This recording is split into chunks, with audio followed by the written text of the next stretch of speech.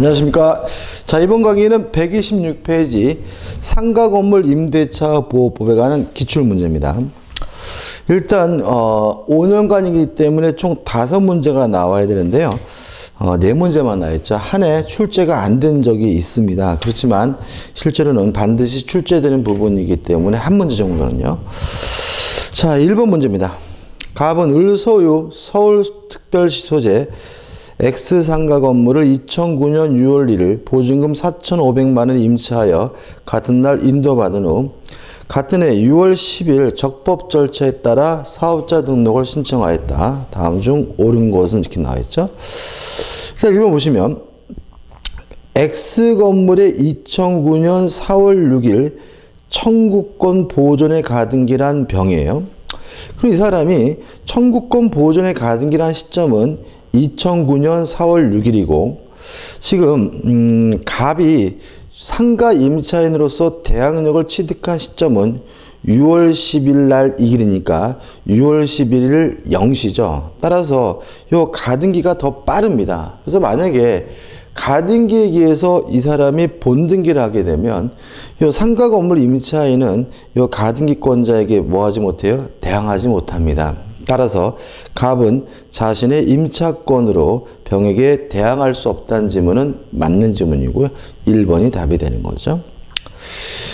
2번 갑이 임차 목적물을 사실행위와 더불어 영리를 목적으로 활동이 이루어지는 공장으로 사용하였다면 이것도 영리 업무용 부동산이기 때문에 상가 건물 임대차 보호법이 적용돼야 되기 때문에 2번은 뭐죠? X가 되고요. 3번 갑을 간의 임대차 기간을 정하지 않은 경우 계약 갱신이 없다면 2011년 5월 30일에 만료된다. 이거는 뭐죠? X죠. 일단 임대차 기간을 정하지 않았다 하더라도 갱신이 없다 하더라도 법정 갱신이 되고요. 따라서 1년이 보장되기 때문에 3번은 X고요. 4번 갑이 임차 부문의 일부를 경과실로 파손한 경우에는 계약갱신을 요구하지 못한다. 일단 계약갱신 요구는 할 수가 있습니다.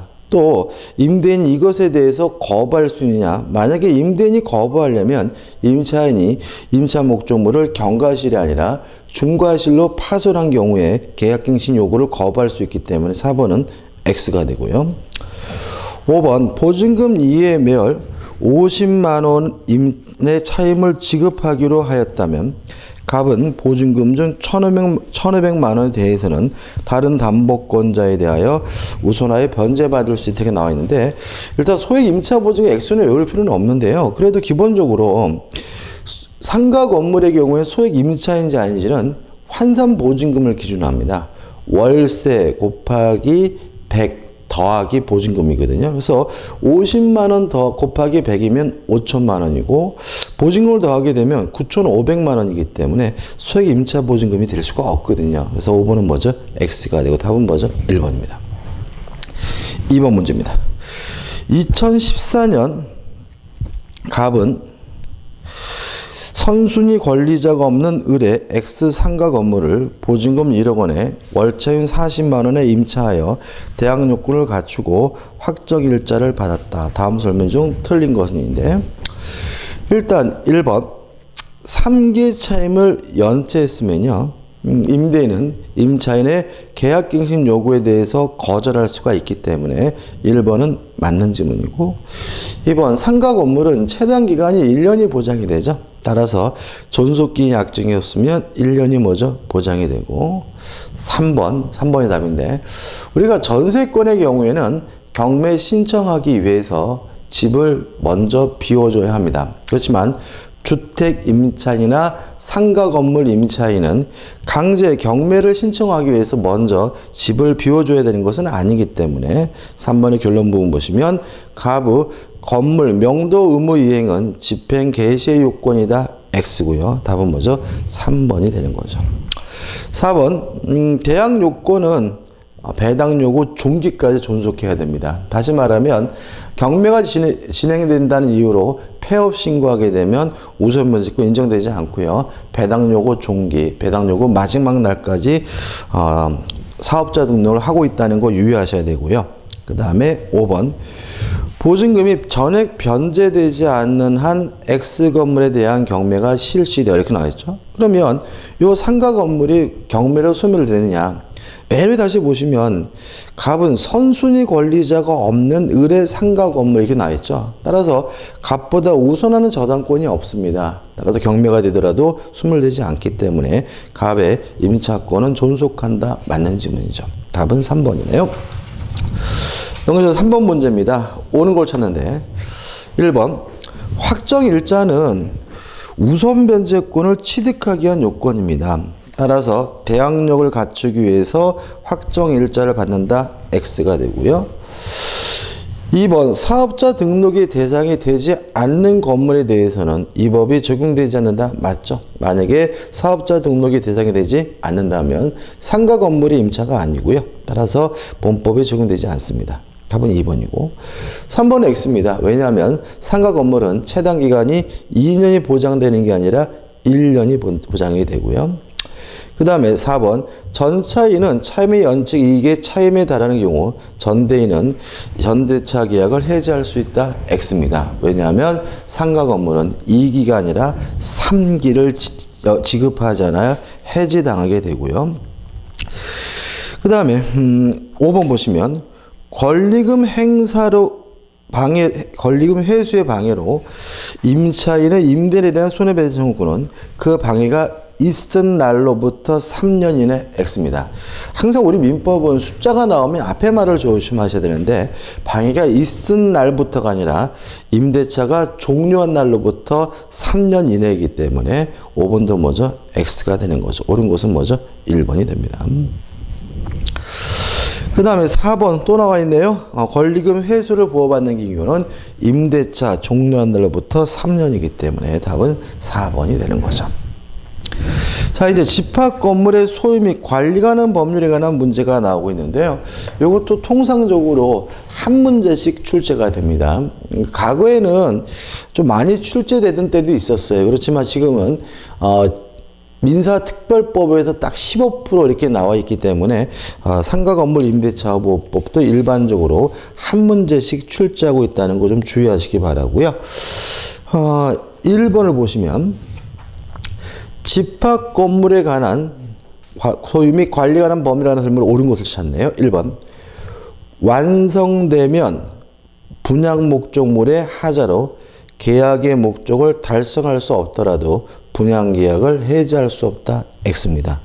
완성됐다 하더라도요. 목적을 달성할 수 없다면 당연히 분양계약을 해지할 수 있겠죠. 왜냐하면 이 분양계약은 뭐 특별한 게 아니라 일반적인 매매계약이기 때문에 그렇습니다.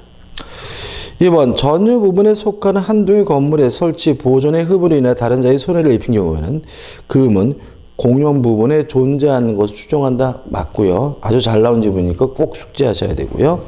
그 다음에 3번 임대 후 분양 전환 등 집합 건물에 대해서는 분양 전환 시점을 기준으로 하여 하자 담보 책임을 물을 수 있다.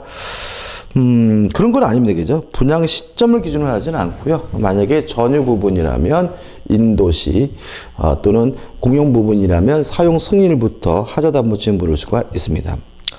4번 분양자가 아닌 시공자는 특별한 사정이 없는 한 집합 건물의 하자에 대해 담보 책임을 진다. X입니다. 원칙적으로 분양자가 담보 책임을 지는 거고요.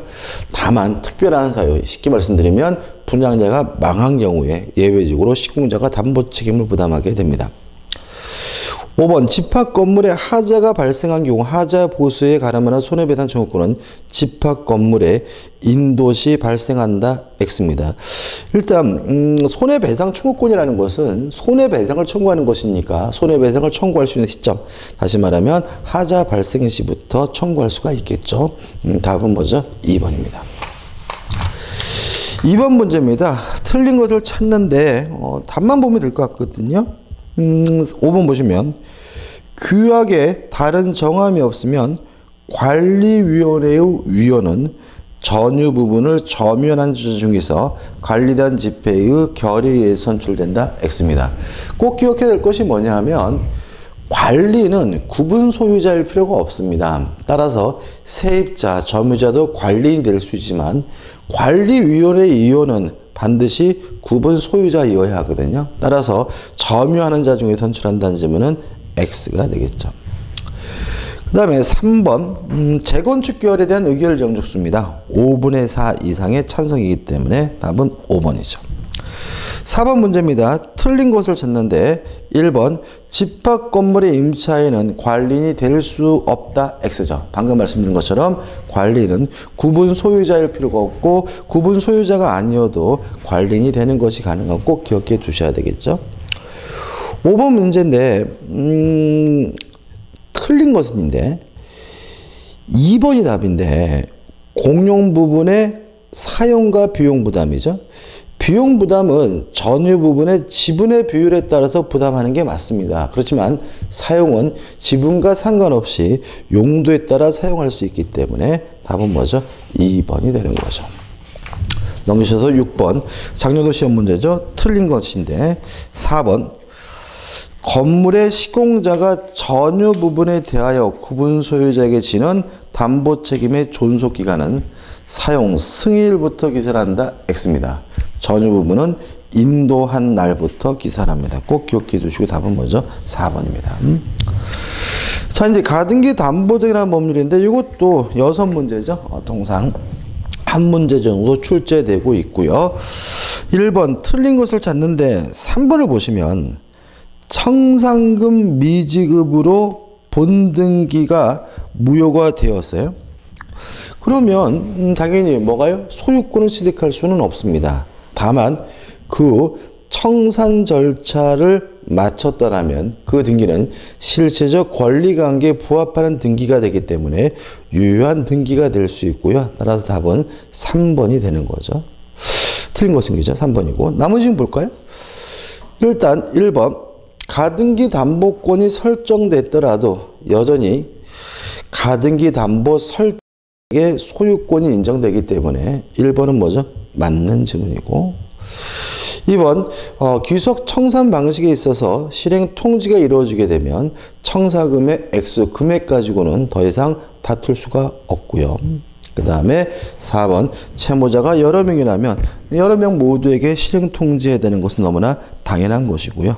5번 채권자와 채무자가 가등기 담보권 설정 계약을 체결하면서 가등기 이후에 발생한 채권도 후순위 권리자에 대해 우선 변제권을 가지는 가등기 담보권. 이게 뭐죠? 일종의 근가등기 담보입니다. 따라서 가능하고도 유효하기 때문에 뭐죠? 맞는 지문이죠. 이 5번과 같은 지문이 나오면 모르겠단 말이죠. 그러면 가등기 담보나 양도 담보, 매도 담보 기본적으로 저당권은 똑같기 때문에 저당권으로 바꿔서 이해하면 되고요. 그래서 5번 같은 경우는 근저당권 설정이 가능하다는 취지로 이해한다면 충분히 이해하실 수 있을 거라 생각합니다. 답은 3번이죠.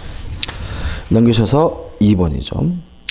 갑은 을에게 1억 원을 빌려주면서 이를 담보하기 위해 을 소유 부동산 시가 3억 원에 가등기를 하였다.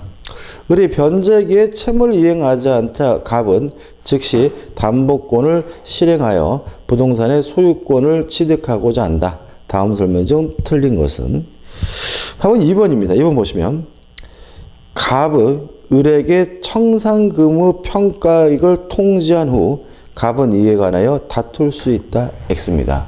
청산금을 평가할 때 목적물의 가액을 계산하는 방식은 임의적, 주관적에도 상관이 없고요. 사후에는 그 금액을 다툴 수 없다는 것이 법의 태도이기 때문에 답은 2번입니다. 3번 문제 옳은 걸 찾는데 1번 가등기 담보법은 소비대차 계약으로부터 발생한 채권에 대해서만 적용이 됩니다. 따라서 공사대금 채무를 담보하기 위한 가등기에는 가등기 담보법이 적용되지 않기 때문에 1번은 뭐죠? X가 되고요. 그 다음에 2번 청산금을 지급할 필요 없이 청산 절차가 종료됐어요. 일단 청산 절차가 종료됐다는 말은 가등기 담보권자가 그 목적물의 소유권을 갖게 된다는 거죠. 채권자가 목적물의 소유권을 갖게 된다는 얘기니까 그때부터 담보 목적물의 과실수취권은 채권자에게 귀속한다는 지문은 물론 맞는 지문이고 답은 2번이 되는 거죠. 3번 처분 청산 방식은 허용되지 않습니다. 따라서 기속정산과 처분정산 둘 중에 하나를 선택할 수 있다는 질문은 X가 되고요. 4번 변제와 가등기 담보의 말소는 동시행관계에 있다. X입니다. 변제와 담보 말소는 동시행관계가 아니고요. 먼저 돈을 갖고 나중에 담보를 말소하게 되는 것이죠. 5번 담보 가등기의 저당권자는 청산기간 내라도 저당권의 피담보 채권의 도래 전에는 담보 목적 부동산 경매를 청구할 수 없다가 아니라 있답니다. 다시 말하면 후순위 저당권자는 청산기간 내라면 자신이 변제기가 도래하지 않았더라도 경매를 청구하는 것이 가능하고 꼭 기억해 두셔야 될 사항이죠. 4번 문제입니다.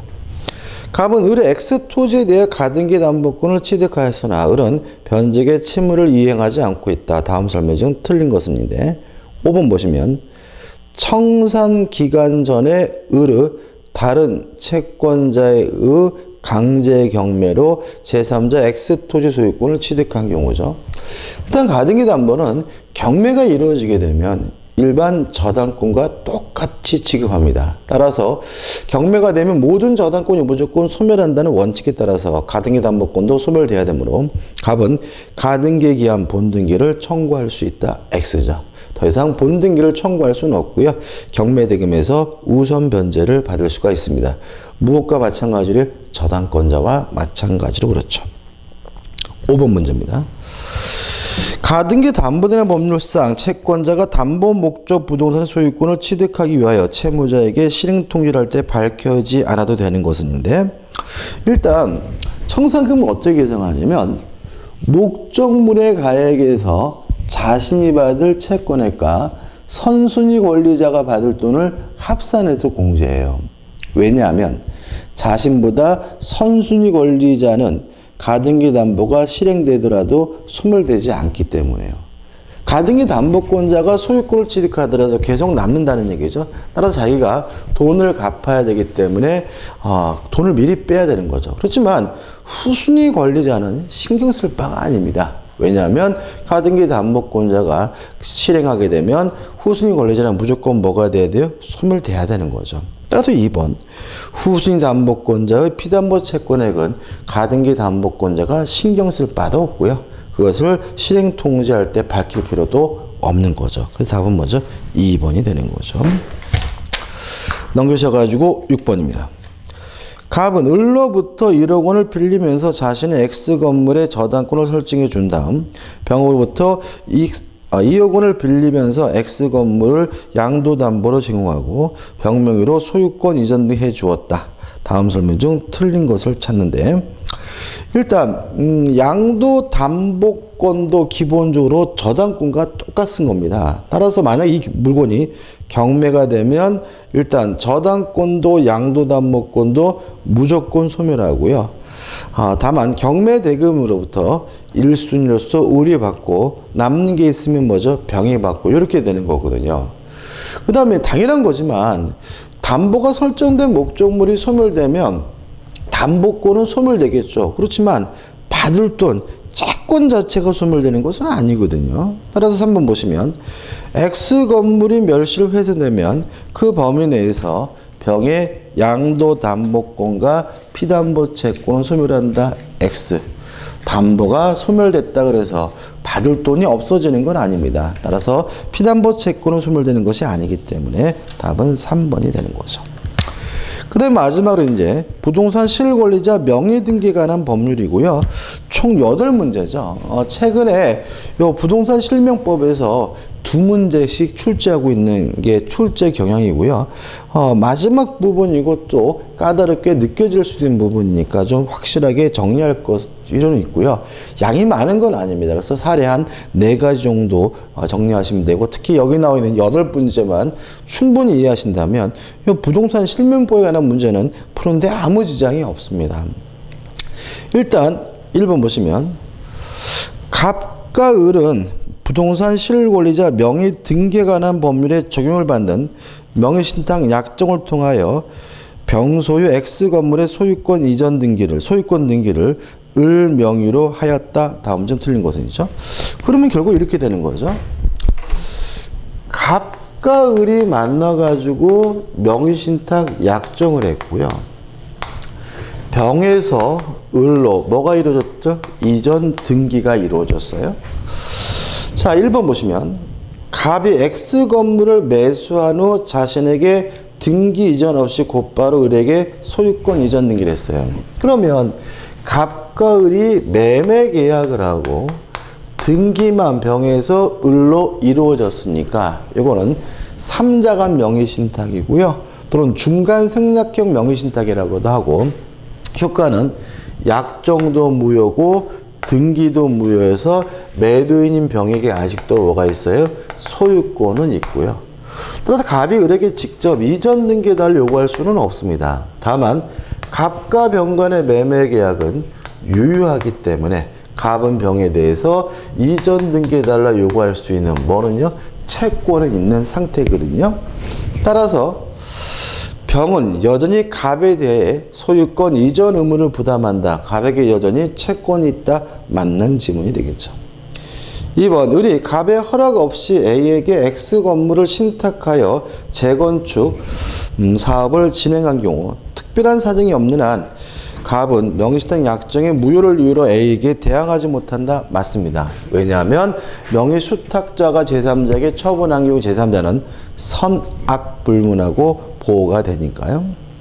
3번 을에게 X 건물을 매도한 병이 갑을 간의 계약 명의신탁간하여 선이라면 그 약정은 유효하다. X입니다. 자, 이거는 매매 계약을 갑이 한 게 아니죠. 다시 말하면 명의수탁자인 을과 매매 계약을 하고 이전 등기가 이루어졌어요. 이때 특징은 매도인 병액이 선이라면 물권 변동 등기는 유효하거든요.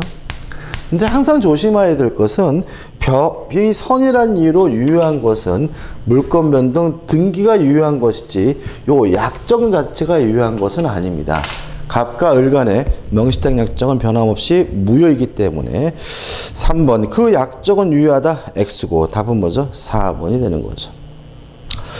4번 을에게 X 건물을 매도한 병이 갑을 간의 계약 명의신탁 사실을 알고 있었어요. 그럼 병이 뭐죠? 악이래요. 그럼 이제는 등기도 뭐예요? 무효고 등기가 무효면 아직 병에게 뭐가 있는 거죠? 소유권이 있는 것이니까 병은 그 을명의 등기 말소를 청구할 수 있다. 맞는 지문이고요. 5번 갑과 을이 법률상 부부이고 위법한 목적이 없다면 이때는 명의신탁 약정은 유효하기 때문에 유효한 약정의 해지를 원인으로 해가지고 소유권 이전 등기를 청구하는 것은 가능합니다. 그래서 5번도 맞네요. 틀린 것은 뭐죠? 3번이 되는 거죠. 넘기셔서 2번 문제입니다. 옳은 걸 찾는데 1번 소유권 이외의 부동산 물권의 명의신탁은 동법률에 적용을 받지 않는다. X입니다. 왜냐하면 명의신탁은 소유권 및 부동산 물권에 관한 명의신탁을 금지하고 있기 때문에 그렇습니다. 그 다음에 2번 양도담보는 물론 명의신탁 아니고요. 3번 양자간 등기 명의신탁의 경우 신탁자는 수탁자에게 명의신탁 약정 해지를 원인으로 소유권 이전 등을 청구할 수 없다. 맞습니다. 항상 해지라는 것은 유효한 것을 하는 거죠. 이미 갑과 을 간의 명의신탁 약정이 무효라면 뭐 할 수 없어요? 해지할 수 없고 해지할 수 없으니까 해지를 원인으로 이전 등기를 청구하는 것은 허용되지 않겠죠. 답은 뭐죠? 3번이죠. 4번 3자간 등기 명의신탁의 경우 수탁자가 자진하여 신탁자에게 소유권 이전 등기를 해줘도 그 등기는 무효이다. X입니다. 항상 문제가 되는 것은 명의수탁자가 못 돌려주겠다라고 뻗팅킬 때 문제인 것이지 스스로 돌려주는 것은 막을 이유는 없는 거죠. 그 다음에 5번 명의신탁 약정의 무효는 악의 제3자에 대항할 수 있다. X입니다. 제3자는 선악불문하고 보호가 되는 거죠. 따라서 옳은 것은 3번이 되네요. 3번 문제입니다. 갑과 을의 명의신탁 약정에 따라 을이 병으로부터 건물을 매수한 후 자신의 명의로 등기한 후 이렇게 나와있죠. 그럼 이것도 명의수탁자인 을이 직접 매매 계약을 하고 병의 등기까지 이루어졌죠. 물론 갑을가는 명의신탁 약정은 변화 없이 무효지만 매도인이 만약에 선이라면 물권 변동, 등기는 유효하기 때문에 을이 뭘 갖게 되죠? 소유권을 취득한다는 특징을 가지게 되는 거죠. 따라서 일단 부동산 실명법이 적용되는 경우를 모두 고르라고 하는데 기억, 탈세 목적으로 명의신탁했다? 뭐 적용돼야 되겠죠. 2번, 명의신탁 약정은 명시적으로 할 수도 있고 묵시적으로 할 수도 있으니까 당연히 뭐죠? 적용이 될 거고. 디귿번, 소유권 이전 청구권 보존을 위한 가등기도 뭐죠? 명의신탁 허용되지 않습니다. 왜냐하면 부동산 물권에 관한 등기이기 때문에요. 적용 대상이. 따라서 기억, 니은, 디귿에서 5번 모두 적용된다가 답이 되겠죠. 4번, 갑은 2014년 친구 을과 명의신탁 약정을 하고 병소유 X부동산을 매수하면서 병에게 부탁하여 을명의로 소유권 이전 등기를 하였다. 그러면 요거는 매매계약은 명의신탁자인 갑이 하고요. 매도인인 병에서 을로 뭐가 이루어졌죠? 등기가 이루어졌으니까 3자간 명의신탁 또는 중간 생략형 명의신탁이라고 하고요. 결론은 약정도 무효고 등기도 무효고 매도인에게 아직도 뭐가 있어요? 소유권이 있지만 갑과 병 간의 매매계약은 유효하기 때문에 갑은 병에게 이전 등기해달라 요구할 수 있는 뭐는 있어요? 채권은 있다. 따라서 갑이 을에게 직접 이전 등기해달라고 요구할 수는 없고 채권을 근거로 병을 대의해서 말소시킨 후 이전 등기 받으면 소유권을 취득할 수가 있다. 이게 뭐죠? 결론이거든요. 그래서 옳은 것은 4번, 병은 진정 명의 회복을 원인으로 을에게 소유권 이전 등기를 청구할 수 있다. 이게 맞아요. 왜 맞는 거죠? 병에게 뭐가 있죠? 소유권, 물권이 있으니까 병은 을에게 말소 등기를 청구하거나 진정 명의 회복 원인으로 한 이전 등기를 청구하는 것은 가능하기 때문에 옳은 것은 4번이 되는 거죠. 넘기셔서 5번 문제입니다. 2014년 10월 26일 갑은 친구 을과 명의신탁 약정을 하였다. 9.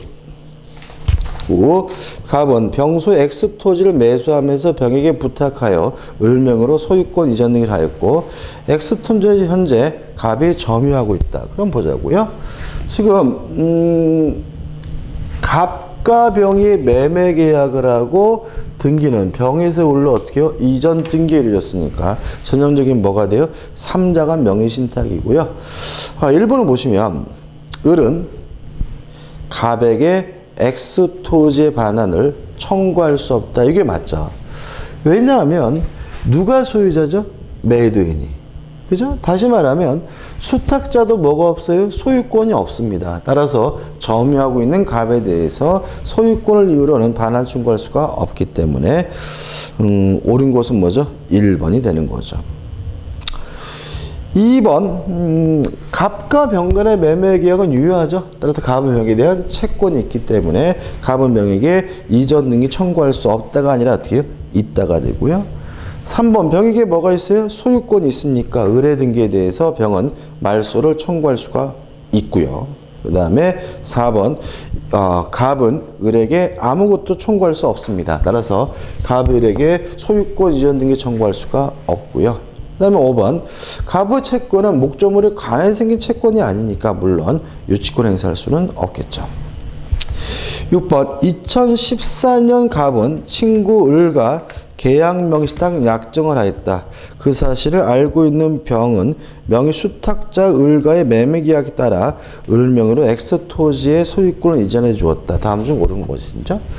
그러면 갑이 을과 만나서 명의신탁 약정을 하고 매도인인 병이 을에게 이전 등기를 해줬는데 을과 병이 뭐까지 했어요? 매매 계약까지 했어요. 그러니까 뭐죠? 계약 명의신탁이죠.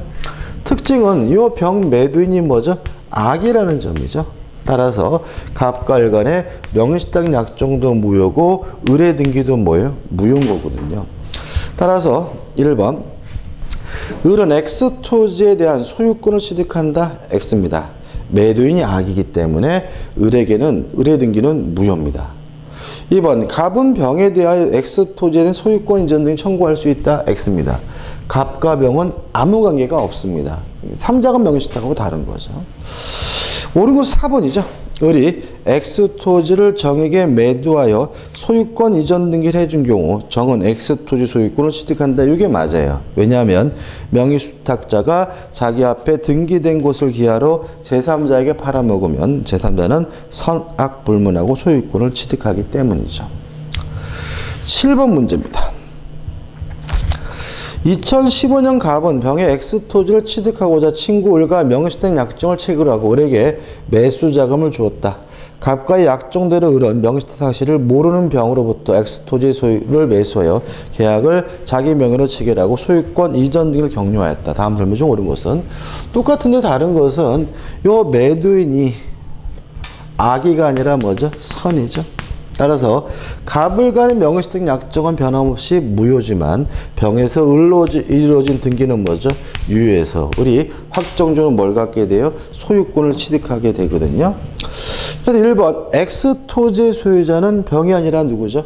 을이고 2번 갑이 을과의 관계에서 소유권을 가지는 것을 전제로 하여 장차 X토지 처분 대가 을이 계약에게 지급하기 약정이 유효하다. X입니다. 왜냐하면 을이 이미 확정적으로 뭘 갖습니까? 소유권을 가지니까요.